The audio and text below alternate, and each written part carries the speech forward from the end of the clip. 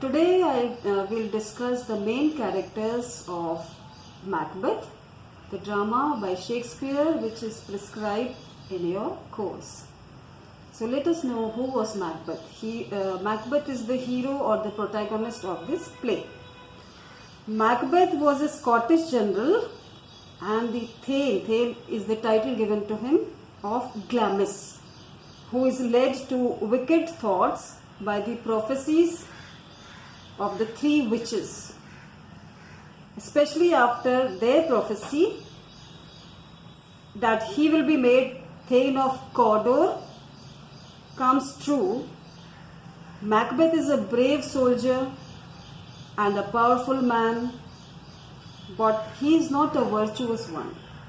He is easily tempted into murder to fulfill his ambitions to the throne. And once he commits his first crime and he is crowned as the King of Scotland, he embarks on further atrocities with increasing ease.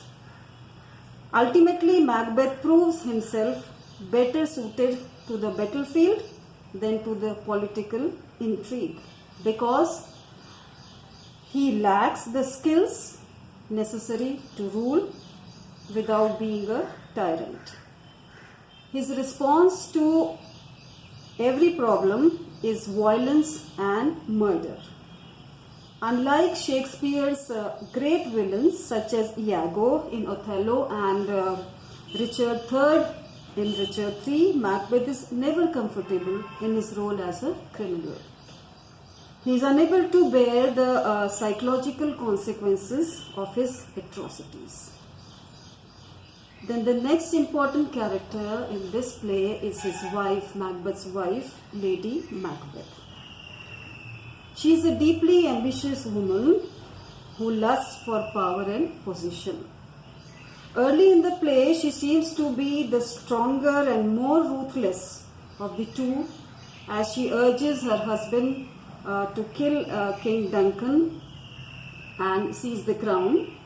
After the bloodshed begins, however, Lady Macbeth falls victim to guilt and madness to an even greater degree than her husband.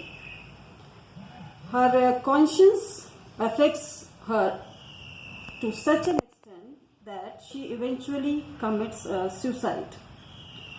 Interestingly, she and Macbeth are presented as being deeply in love, and many of Lady Macbeth's speeches imply that her influence over her husband is primarily sexual.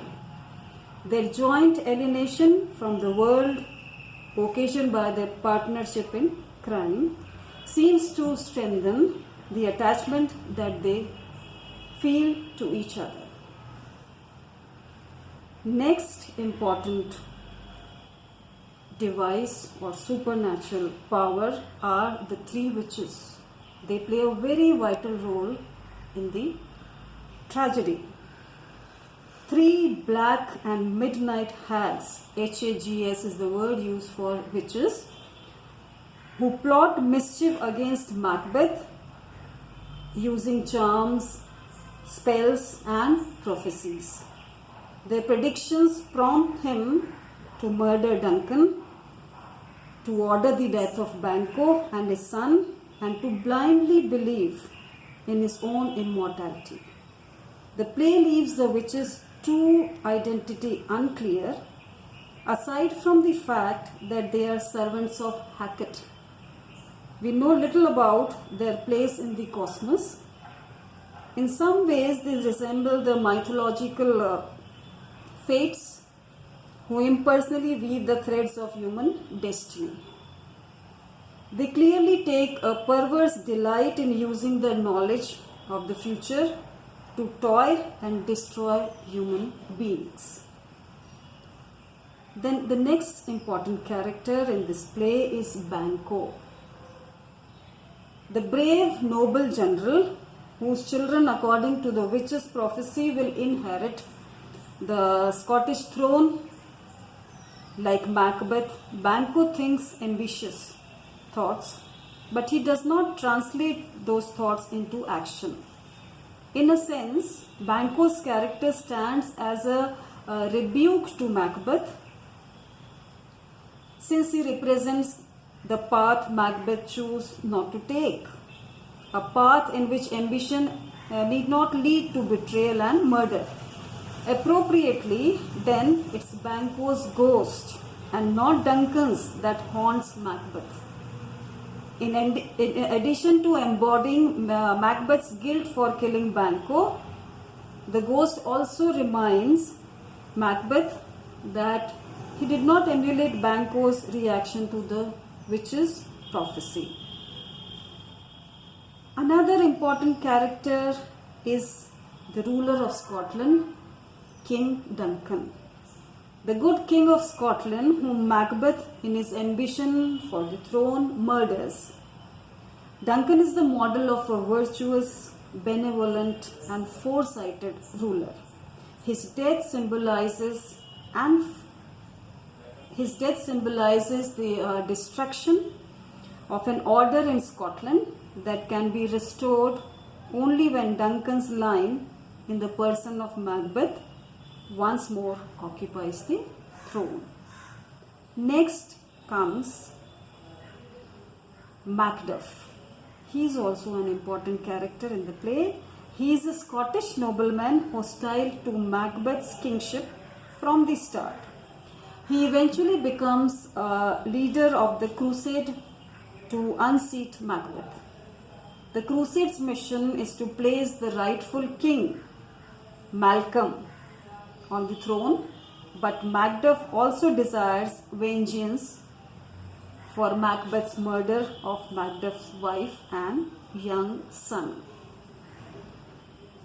Now, who is Malcolm? The son of Duncan. He is son of Duncan, whose restoration to the throne signals Scotland's return to order following Macbeth's reign of terror. Malcolm becomes a serious challenge to Macbeth with Macduff's aid and the support of England. Prior to this, he appears weak and uncertain of his own power, as when he and Donalbain flee Scotland after their father's murder. Then there is Hecate, the goddess of witchcraft, who helps the three witches work their mischief on Macbeth.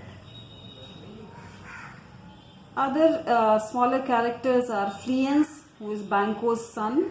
He survives Macbeth's attempt to murder him. At the end of the play, Fleance's whereabouts are unknown, and presumably he may have come to rule Scotland, fulfilling the witch's prophecy that Banquo's son will sit on the Scottish throne.